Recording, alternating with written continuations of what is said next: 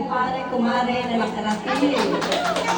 Maraming pong salamat sa aking asawa na nakakarating siya sa kanyang ika-16th birthday.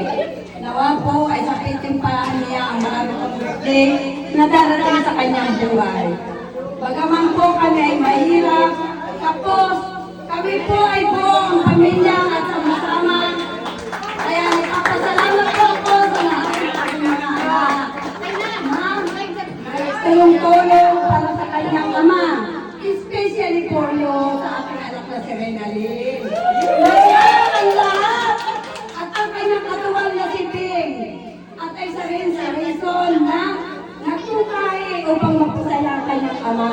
Alam ko, may hirapan itong magsalita eh. Kaya lubos-lubos mga anak, ang pasasalamat ko lalo-lalo na sa iyo anak, Renalyn. Especially, please! Pasalamat